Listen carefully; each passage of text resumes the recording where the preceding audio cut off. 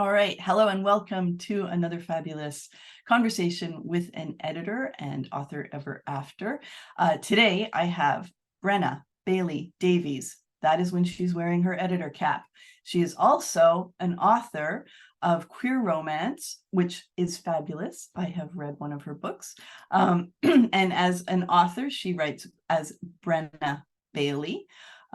In addition to being a copy editor and a proofreader and charging in Canadian dollars, Americans, like knock 30% off that list price right there, and you know you're getting a killer deal. She is also a sensitivity reader, and that's what we're going to talk about today is sensitivity reading and why it's important and how to do it. And I'm just going to pass it over to you, Brenna, and let you take over. Thank you so much. I am going to share my screen. See if this works. All right, how does that look? All right. Fabulous. Perfect. All right, so hello everyone. Welcome to today's discussion of sensitivity reading. So I'm going to try to keep this presentation as short as possible because I'd love to have discussion and lots of time for Q&A. So as you know, my name is Brenna Bailey Davies. Before we dive in, I'd just like to acknowledge that I am a cisgender queer white woman living on the traditional land of the Blackfoot Confederacy, the Tsuut'ina, the Stoney Nakoda Nations, and the Métis Nation of Region 3. Mohkinstsis, which is also known as Calgary, is in the Treaty 7 region of Southern Alberta. So as I talk about sensitivity reading, I want everyone to be aware that I bring my perspective to this topic.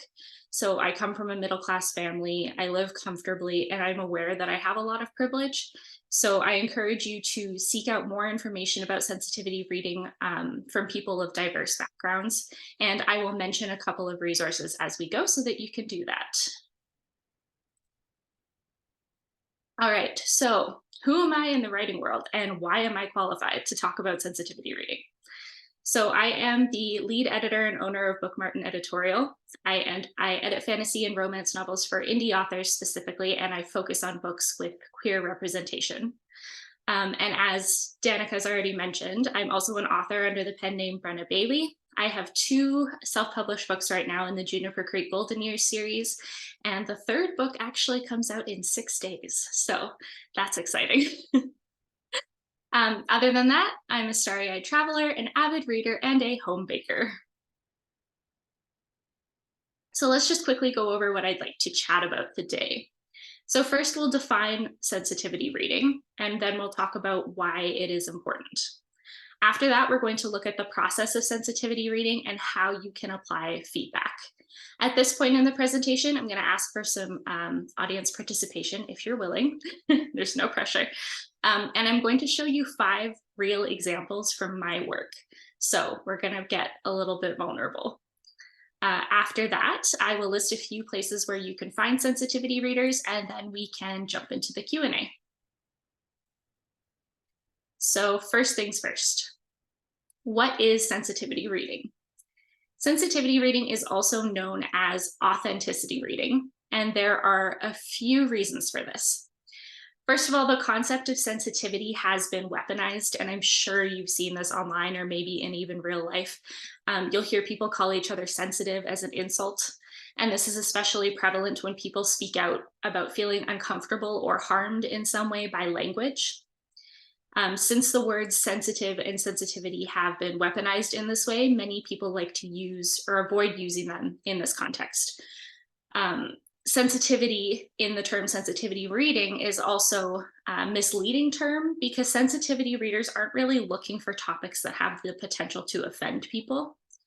While this can be part of it, it's more accurate to say that sensitivity readers help make a text as authentic as possible.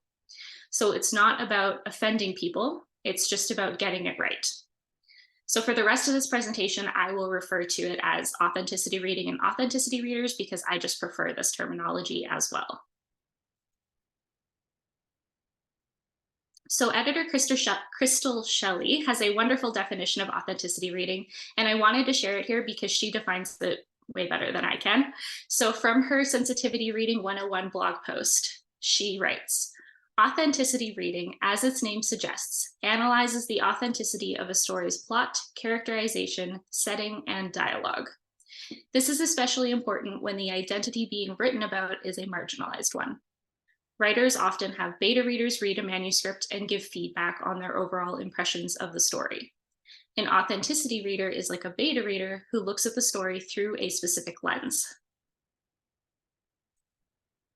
So this lens can address a wide range of topics, and these are just a few of them. So here I've listed gender and gender identity, sexual orientation, race and ethnicity, religion, disability, or various cultural groups. This idea of reading through a specific lens to gauge a text's authenticity is closely tied to the concept of conscious language. If you haven't heard about this before, conscious language is defined as using words with an awareness of how they affect readers.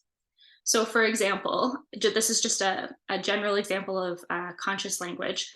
The National Center on Disability and Journalism suggests not using the word crazy to describe people or situations because of the negative connotations of the word and the way in which the word has been used to stigmatize people with disabilities. So Crystal Shelley, the editor who I recommended earlier, has a fantastic conscious language toolkit, which I'm going to mention again later. And in it, she recommends a few alternatives to the word crazy, which include bizarre, ridiculous, or wild. So you can think of authenticity reading as using conscious language, but on a broader scale. So it's not the same as censorship. To put it simply, authenticity reading is research. It shows respect to your readers. And you would research this as it's like the same as any other research in writing. So if one of your main characters was a geologist, for example, and you knew absolutely nothing about geology, what would you do? If it was me, I would research geology. I'd probably figure out what is involved in it. I'd look up what a geologist does, where they could go to school, what type of things they do at work, and also what type of language a geologist would use. So authenticity reading is research in the same way. It's asking someone with a specific lived experience to go over your work and help make it as authentic as possible. It shows that you care about accuracy and authenticity. And you likely have many different types of readers in your audience, so it really shows them respect when you put in the time, effort, and money to create that kind of authentic story. So let's get into the process. So like Crystal Shelley said in her definition, authenticity reading is like beta reading, which you're probably more familiar with, but it's through a specific lens. So it's focused beta reading and it's situation dependent. And here's what I mean by this. Not every authenticity read is the same. So if you need an authenticity read for your main character, you'll likely need to hire someone to go through your entire book because the main character is going to be present in probably every scene, if not most scenes. But if you need an authenticity reader for, say, one side character or two side characters, or maybe a specific scenario, you can hire an authenticity reader just for those scenes. You don't have to hire them for the entire book. That being said, when you're working with any freelancer, and this includes authenticity readers, be sure to clarify their rates and their process before you agree to work with them. Some readers don't want to work on just a couple of scenes because they prefer to have the full story context, but it just depends on the reader. So in general, when you work with an authenticity reader, you will get an authenticity reading report and you'll get manuscript comments. Again, though, this depends on the situation, so make sure you clarify with your reader exactly what they will provide for you. And now let's get into my personal experience with authenticity reading. So from the business side of things, I provide authenticity reading about bisexuality or pansexuality, queer experiences within Christianity and after leaving Christianity, and depression. And on the author side of things, I have worked with a lot of authenticity readers for 3 books, and that's because I try to make my books as diverse as possible. So I have worked with authenticity readers for age 70 plus representation, Indigenous representation, Chinese representation, Black representation, Indian Muslim representation, and Jewish representation. And now I'm going to show you 5 examples from my experience with these readers. Each one is taken from my Juniper Creek books, and I've just paraphrased the feedback a little bit for this presentation. This is where I'm going to ask for your participation if you want. You can feel free to unmute yourself if you want to just speak out your answers, or you can type in the chat and I will attempt to keep an eye on that. I'll keep an eye on the chat for you. Okay, thank you. Okay, so let's look at this first example. So this example, the quotation says, "Her skin a striking dark against Minnie's pale white." So my question for you is, what do you think a reader could say about this quotation? And I'll give you a couple seconds to read it over and answer. I'll read it out one more time. "Her skin a striking dark against Minnie's pale white."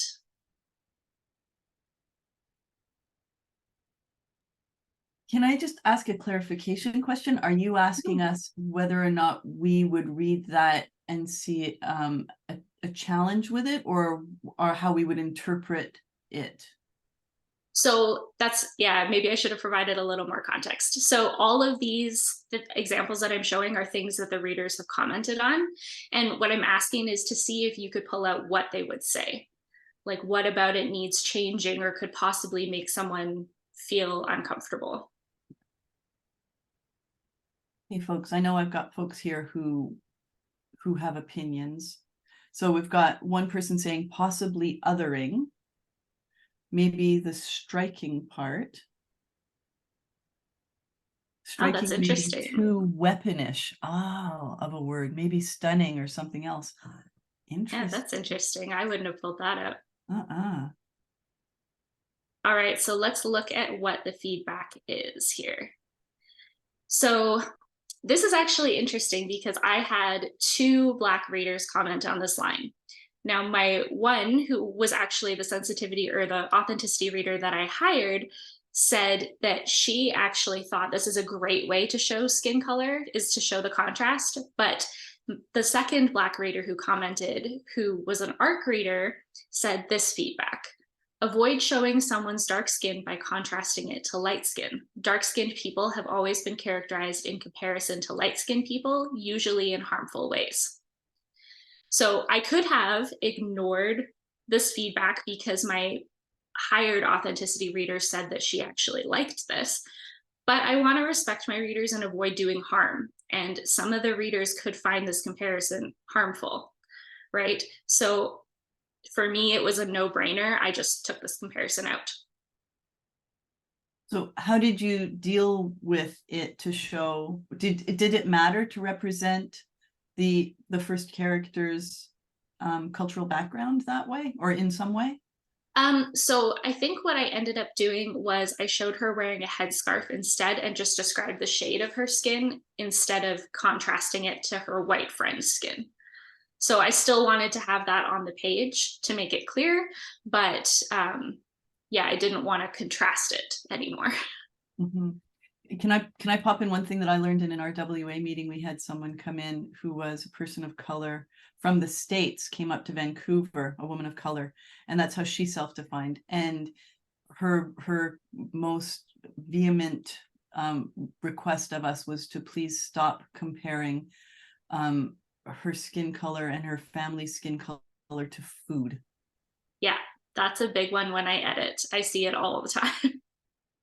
It's something that actually, yeah, I've commented on many times, and Crystal Shelley's Conscious Language Toolkit points that out as well. So it's very important to be aware of.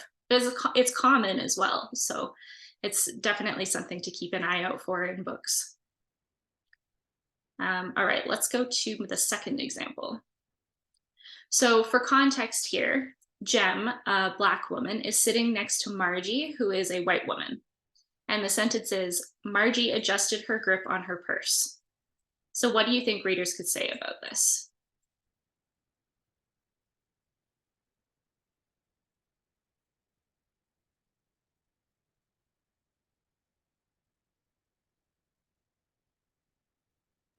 So Janine says it makes her sound violent, demonstrates Margie's bias. Mm-hmm. Mm-hmm. And it also is, or it seems to me like she's thinking, okay, all Black people are going to try to take my purse. So let me, hold on to it tighter. Yeah, so that's exactly what my reader said.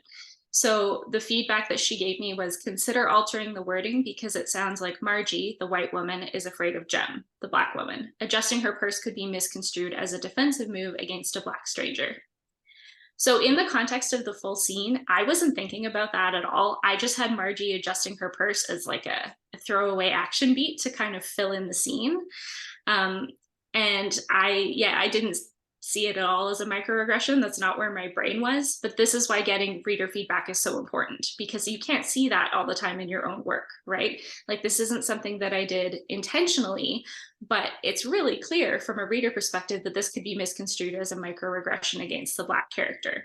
So all I did was take this action beat out, and I had Margie do something different, like adjust her shawl or something.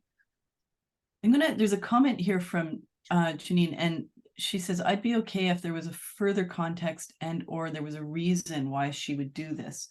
And so I'm just, I guess if Margie had been someone who tends to be kind of twitchy, I imagine it might have read differently if she was a character who was already set up that way, I guess. But that's really interesting catch. The context of the scene was she was sitting on a bench and Jem, the black woman, comes up to her, and it's the first time they've met. So I can definitely see how it would be construed as a microaggression or as her showing fear in some way, which is definitely not what I intended. And these two characters are the two love interests? Yes, they are. So in your head, you know that there's an attraction there. That's a really interesting thing that we would overlook as an author, because we're so much deeper into the characters. We know 100% that wasn't a microaggression, that there might even have been attraction there. Exactly. Yeah, that's why it's so important to get this kind of feedback. So my third example. So for context, this is from my third book, the one that actually comes out next Monday. So it's set in December, and this describes the house of a Jewish family who celebrate Christmas. So this is the quotation. The house looked cheery, at least. There were white and blue lights strung on the eaves, and a wooden sign hanging on the door read, "Welcome." So what do you think a reader could say about that? We've got possibly stereotyped. I reacted to the word "at least." That's I think a piece of context it's hard to take these things out of context without giving the full paragraphs, but I didn't want to overload everybody with text. Ashley's also saying take out "at least," and it seems fine to her. So what is wrong with this one? Yeah, so this one is interesting. First, I'll just quickly explain the "at least" part. So that comes because the character who's the viewpoint in this chapter drives up to the house, and it's at night and there's no house number, and she's scared she's going to the wrong house. So that's why she says, like, at least the house looks cheery. So she's not expecting there to be serial killers living there. No, she's not. Yeah, okay. But this is what my Jewish authenticity reader said. And actually, the authenticity reader who made this comment, this was Molly, who you interviewed last week. Yeah. Yes.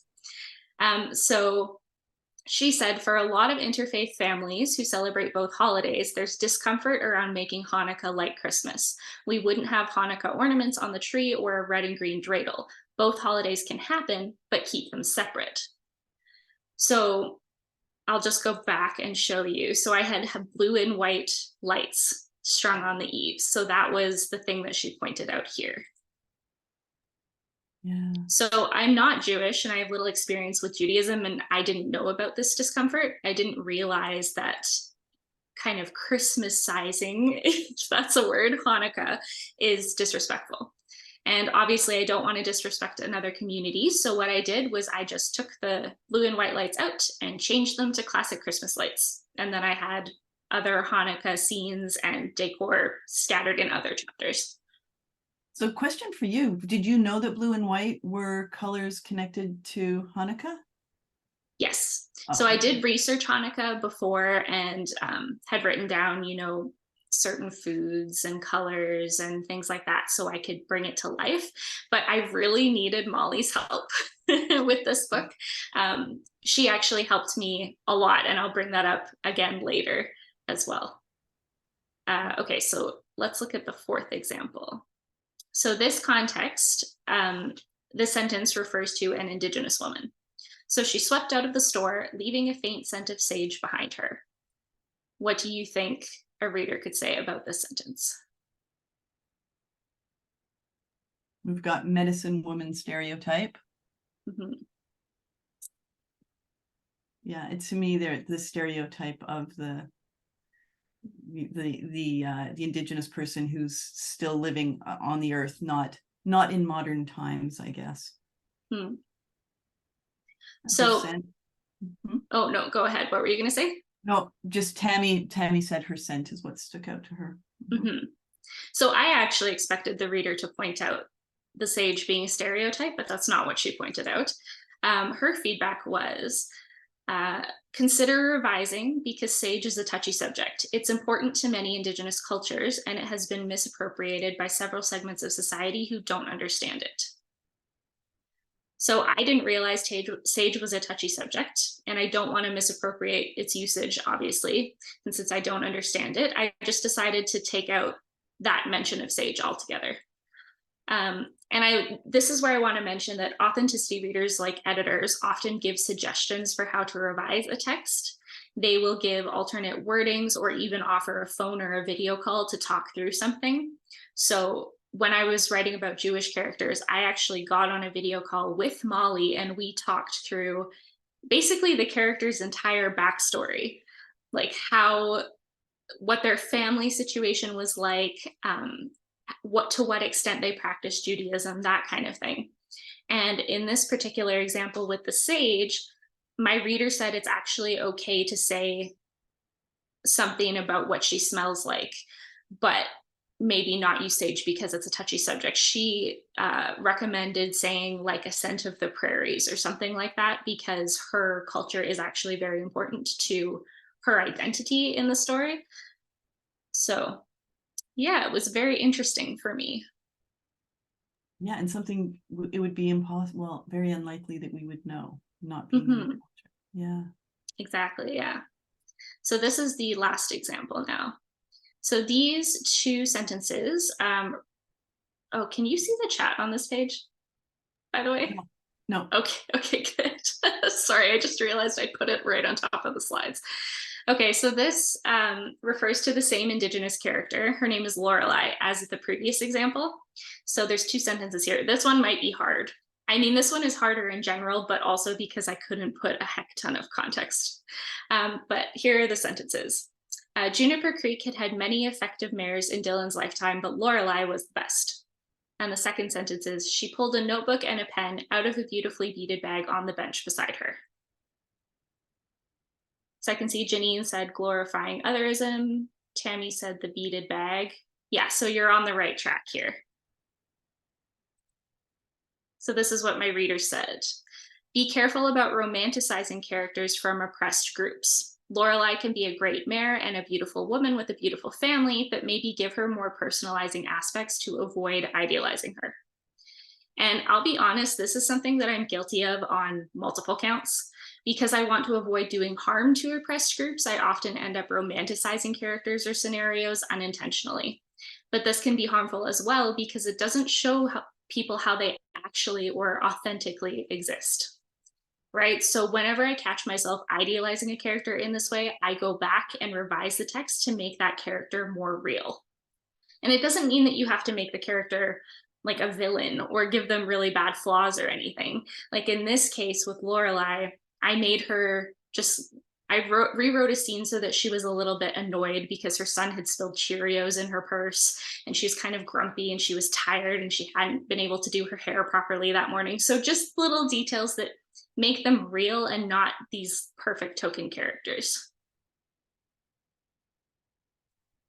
Thank you for those examples. Those are really powerful, like to show how easy it is to not see where we might be misstepping.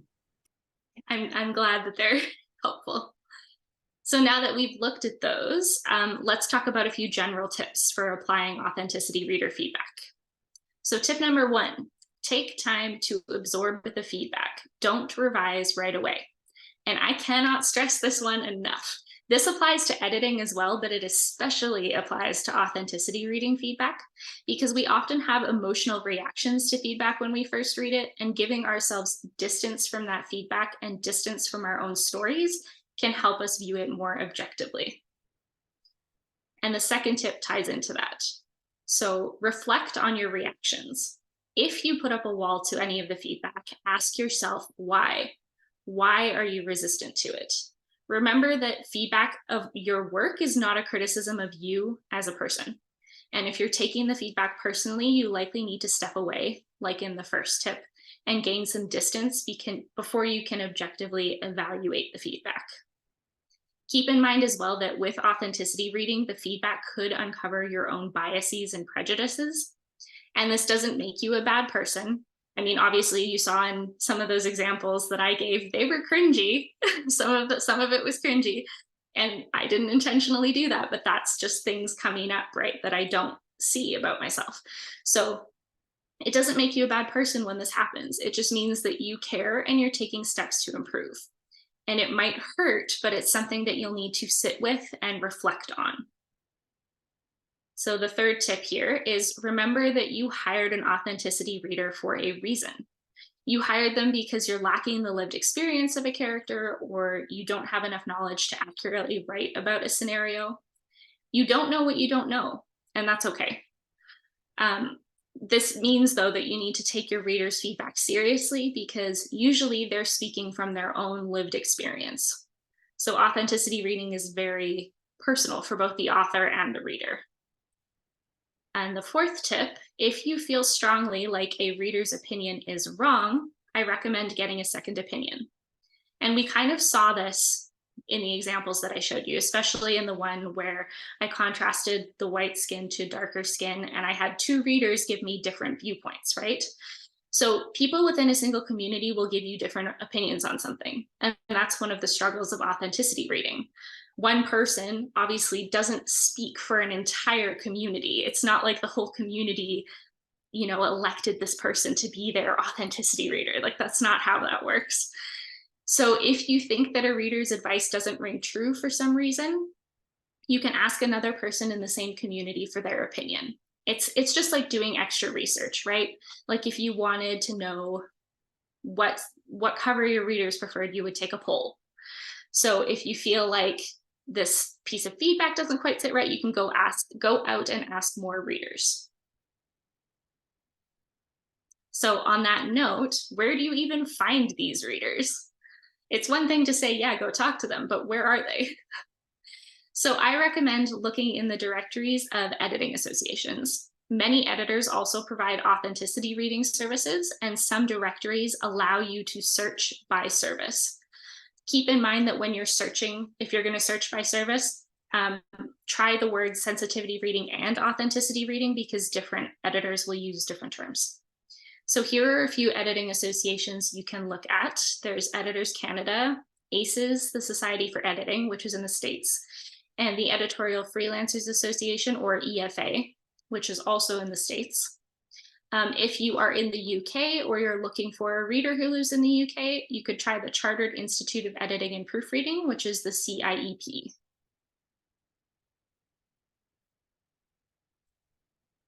There is also a Facebook group called Binders Full of Sensitivity Readers. And on this Facebook group, I actually got a couple of my readers from here.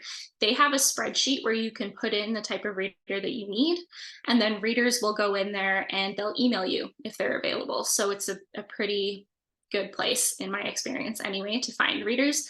The only thing is anyone can join the group. They're not vetted. So you kind of have to do your own vetting work to see if you trust that reader. You can also go to groups that are specific to the reader that you need. So for example, if you need an Indigenous reader, you could check out the Indigenous Editors Association. If you need a queer reader, for example, you can even go to like local groups, not necessarily ones that are online. So if you have, for example, I wanted feedback from a queer person who was older than 70. And I knew that my city has a local queer group for seniors. So I reached out to them and asked if one of them could help me out. And she did. Her name is Rosemary. She's a lovely woman. She helped me out with my third book. And if you're going to work with someone who isn't a professional authenticity reader or they don't have experience giving criticism, you can provide them with a list of questions to guide their feedback. So the same way, well, I don't know if everyone does this, but with beta readers, I like to supply questions to kind of pick at pieces that I want them to answer. You can do the same thing with authenticity readers. And I think this goes without saying, but I'm going to say it anyway.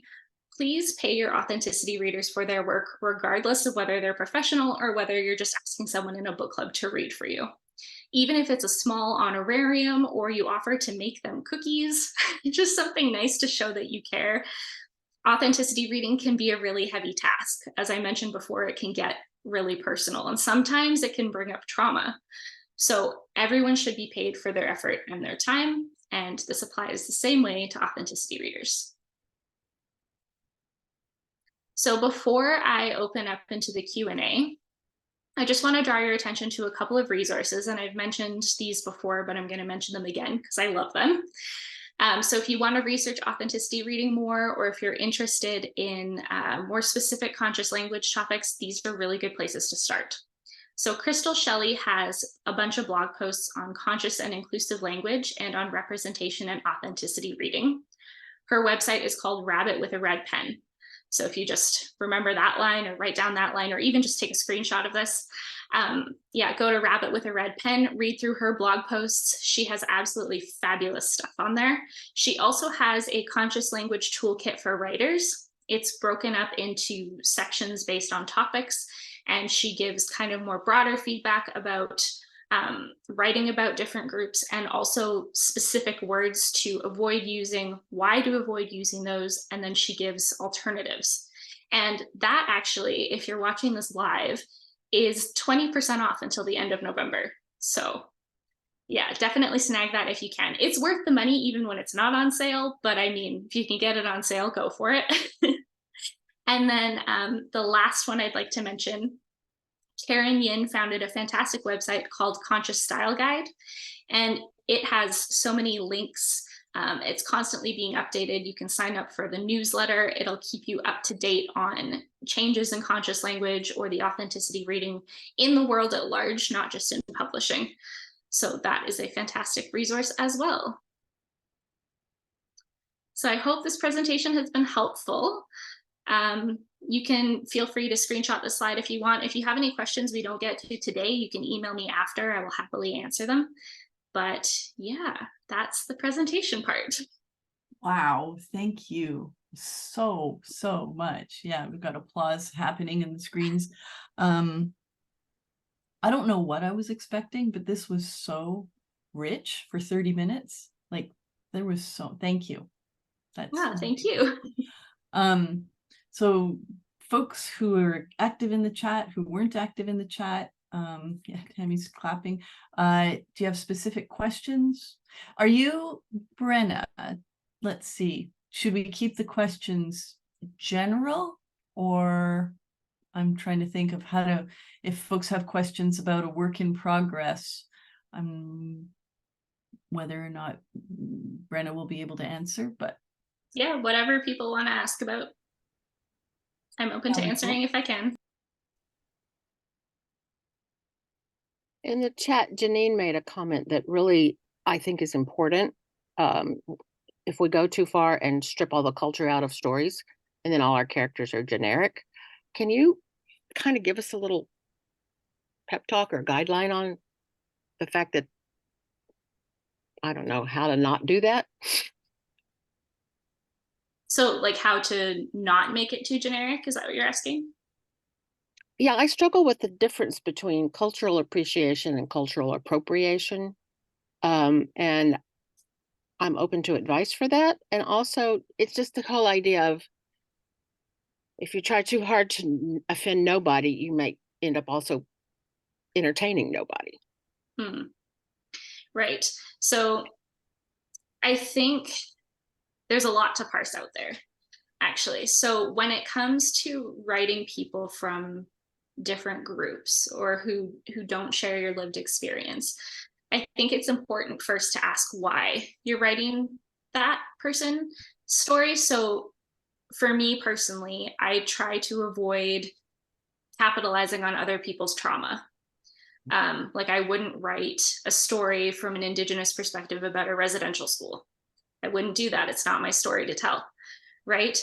Um, but I want to write stories that are inclusive and show life as it really is. So if you read my Juniper Creek books, you'll notice that there are a lot of characters of different cultures in the book.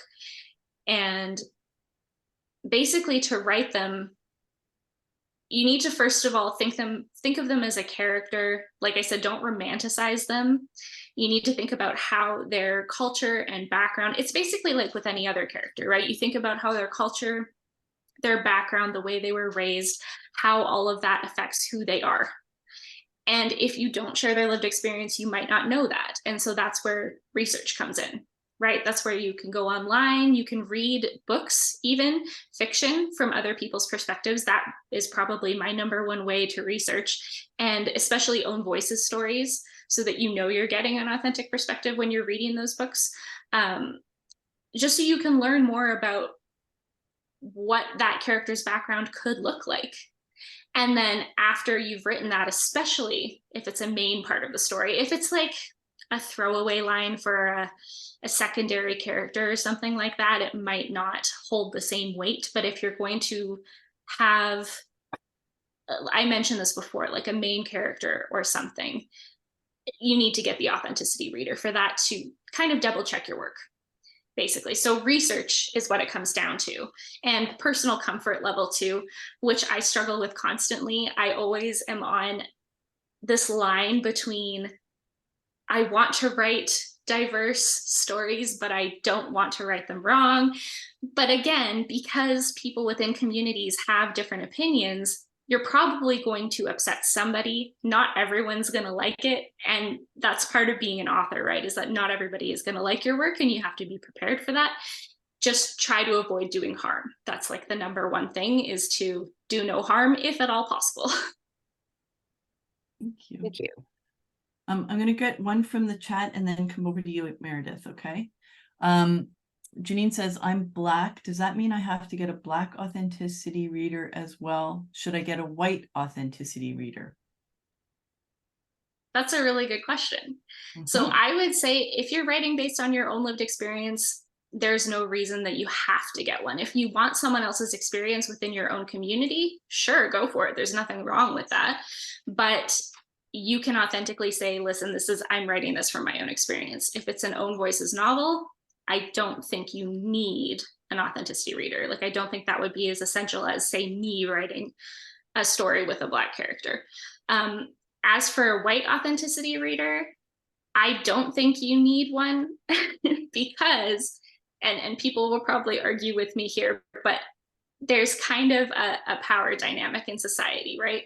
White people have the most privilege. And so all the stories we see are white most of the time. It's getting better, but most of the stories we see are from a white perspective. If there's something, I mean, and again, saying white people is very broad. So again, if you're like me writing a Jewish character, well, they're white, but they're Jewish, and I don't know their background, so I need to go get someone's help for that character. So it depends on the segment of society you're writing, what groups or identities you're writing from. Does that answer your question well enough, Janine? And I think that's all there. So I'll wait for that. And then Meredith, your question. I was wondering how much, like, if I have a character who an Indigenous character, and he's a main character, so how much, like, would it cost to get like the whole book, have an authenticity reader for an entire novel? So again, this is going to depend on the reader you work with. In my experience, it's been anywhere from oh, sorry, my cat is eating an envelope. Um, my experience has been anywhere between like 300 Canadian and 600 Canadian. So it's a wide range. And it also depends on the word count. The longer your book, the more expensive it will be. If the character, if it's like an ensemble cast and they only have a couple chapters, it'll probably be cheaper than if they're the main character and every chapter is from their viewpoint. So you just kind of have to ask the reader what is acceptable or make an offer and then they can negotiate with you. Okay. Are so sensitivity reads, or sorry, authenticity reads in the scale of like the cost from a developmental to a proofread?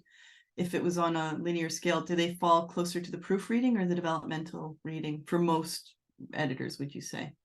In my experience, it's closer to the proofreading. Like my experience with authenticity readers, they've always been cheaper than any of my editing, because it is more like beta reading, although the emotional weight is a lot heavier.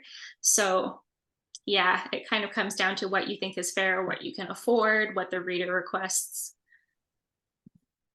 Sarah's got a question. I'm trying to figure out the timing of an authenticity read. Would you do it before or after editing, after developmental editing, but before copy editing? So definitely before copy editing. I'm a copy editor, so I feel strongly about this, but if an authenticity reader tells you that you have big scale changes to make, you don't want to do that after copy editing. Otherwise, you're going to be essentially wasting the money you spent on that copy edit. So I would do it either during drafting. You can ask an authenticity reader to help you draft certain scenes, or like I did with Molly, help build up the characters so you can understand who they are better, or do it after developmental editing. Maybe the plot is already set out, but you just need those character pieces to be a little bit more solid. So earlier in the process is better, in my opinion.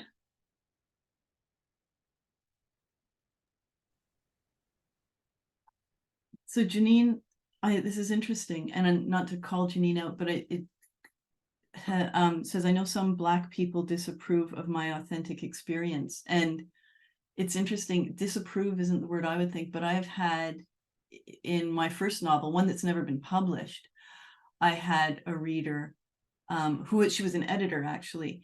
And it's not that she disapproved, but she found the experience, which was my lived experience, characterized, as many of our first novels are.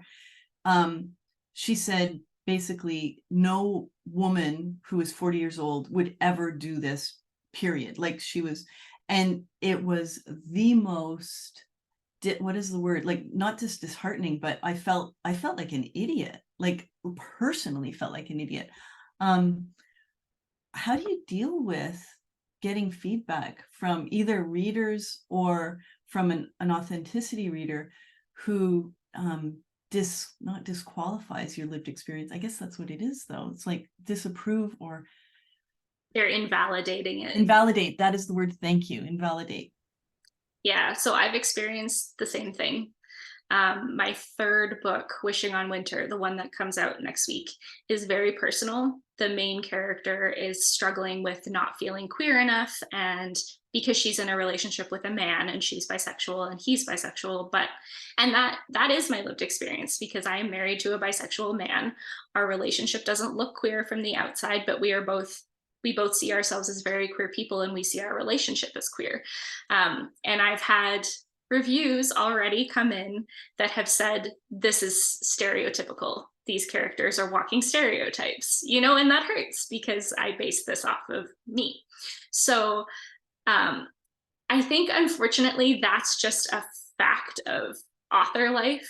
You're going to get people who disagree with you. And because we can't step fully outside of ourselves, I don't think we can ever fully say this experience is completely wrong. But that's where it helps to get multiple eyes on your work and feedback from multiple people. And you have to take everything with a grain of salt. And you have to recognize that when you do get reviews like that are more personal and that are hard, you just have to take the space and be gentle with yourself and realize that this person is coming from a particular place and you're coming from a particular place, and you might not see eye to eye, but it doesn't invalidate your experience or who you are or what you wrote. Yeah. And I thank you. And I just want to I want to say, I'm sorry that you had this experience, Janine. An editor on a sample pass tried to remove some of my hair wording. And I know, yes, that was another thing that the woman of color who came to speak to us, and I wish I could remember her name, that would be far more respectful, but I don't. She talked a lot about hair and how we, as people with very straight hair, mischaracterize people with colors, the hair. And so you used coily hair on some of your characters, and the editor tried to call it curly, and it felt invalidating and horrible. And I'm sorry you had that experience. That editor that gave me that horrible, invalidating feedback, I'll never work with again. That's one thing that you can do, is not work with an editor who isn't the right fit for you, is one thing that I would say. And I'm glad it was only sample pages, not a full edit. Brenna, do you have anything to add to that? No, I agree. I think the editor is probably not a good fit. If you did have a working relationship with that editor, you could actually, kind of say that to them. Say, this is how I prefer to, this is the wording that I prefer to use that's accepted within my community. And if you have a good working relationship with that editor, they might say, oh, I'm sorry, and then go forward being better, because it is good for editors to hear feedback like that. We don't learn until people tell us. So yeah, that can help. But if it was just sample pages and you're not getting a good vibe from that person, just don't work with them. Go work with someone else. You might even want to send a little bit of an educational message, that so that they can do better, because they are human. Jeanette, what would you like to ask? Sorry, I didn't mean to keep interrupting you. No, you didn't interrupt at all. My hand. I have a question. In my novel, one of the primary characters is an 81-year-old man who is a racist, misogynist kind of guy. People love him because he's funny and he has a heart of gold, but he is racist. He has a caregiver in the geriatric facility where he's staying who is a Black nurse. And Otis, who is the old guy, makes a very racist comment to Leon when he first meets him. And Leon very skillfully puts Otis in his place and gets him to call his name Leon instead of who Otis wants to call him, Black Beans. So I think it's on the edge of being very offensive. However, I don't know if I can ask you this or not, but since Leon handles it well, and part of Leon's purpose in the book is to teach Otis, the old guy, how to get along with people, do you think that's a really risky, bad, misappropriated scene? I just don't know what to do with it. I think it's important to the book, but it makes me very afraid. That's fair. So I will say, more broadly speaking, there are villains in books who do terrible things, right? And I know your character is not a villain, but there are things that people do that make them unlikable, and there's a reason for that, right? So your character is partially unlikable and has something to learn because he's racist, or he says racist things. So I think, in my opinion, it makes sense to me. Okay. I think it's okay. My critique group, I don't think has seen it yet. Have you seen that yet, Meredith? I don't think you've seen that. I think it's coming up. And I will have an authenticity reader look at the scenes that Leon is in. It's Leon is a caregiver, and I'm trying to avoid that term, and I can't remember what it is. Brenna, you know what it is? It's like something like the magical Negro. The only reason that a Black person is in this book is to propel the white person to greatness. It's like that Will Smith movie, The Legend of Bagger Vance. Am I back? Which I loved that movie until somebody told me, no, I mean, Will Smith is only in that movie to heighten the fame of the white guy in the movie, and that's a bad movie. I'm like, oh, shoot, I loved that movie. I'm trying to avoid that stereotype of what we do with people, Black people in novels. And I mean, Morgan Freeman, there's lots of them like that when you start looking. Yeah, sorry, I like lost internet connection for a little while there, so I hopped out and Yeah. hopped back in. But I think I get what you're saying. And yeah, it is important to not tokenize characters.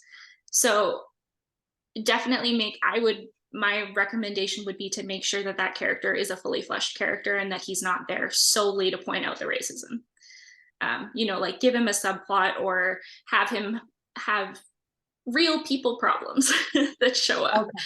And real growth, things like that, so that Yeah. he's not a token, but he's a fully fleshed person on the page. Okay.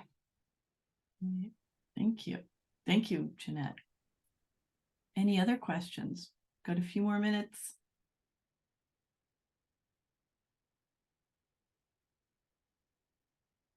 I always give space for the quiet people. All right.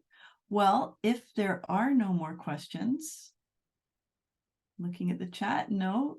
Brenna, thank you. This was an amazing hour. Really, really appreciate your time, expertise, heart, and Canadian dollars. Yes, that's where I think Americans should get Canadians. If you have Canadian characters, you need a Canadian authenticity reader. Okay, just a total aside. I went to a trademark. This is a big company in the United States that does trademark for business owners. And so I went to their, blah, blah, blah, trademark.com/Canada. And it's got a banner across the top and it has our Parliament building with snow falling, a moose walking by the Parliament building, a little girl riding a bear. But the worst is there are two trees. It's the middle of winter and there are two trees, one on each side, and it has autumnal colors. So they're all red and green, but the leaves are not maple leaves. They're marijuana leaves. They're shaped exactly like marijuana leaves. It's the funniest, worst thing I've ever seen. Anyway, they need a sense. That's amazing. Viewer. It is. I'll send you a picture. It's just hilarious. It's like all the worst stereotypes. And what in Canada, pot grows on trees. It is our national emblem, apparently. Yeah. Anyway, yes, we all have family bears. Yeah. All right. No Mountie. They blew it. They didn't put the Mountie in. Anyway, thanks. Brenna, thank you so much. Really appreciated this time. Thank you for having me. This was fun.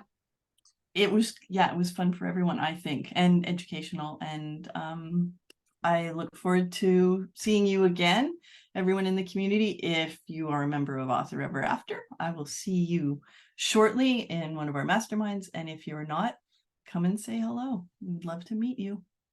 Okay, that's it, folks.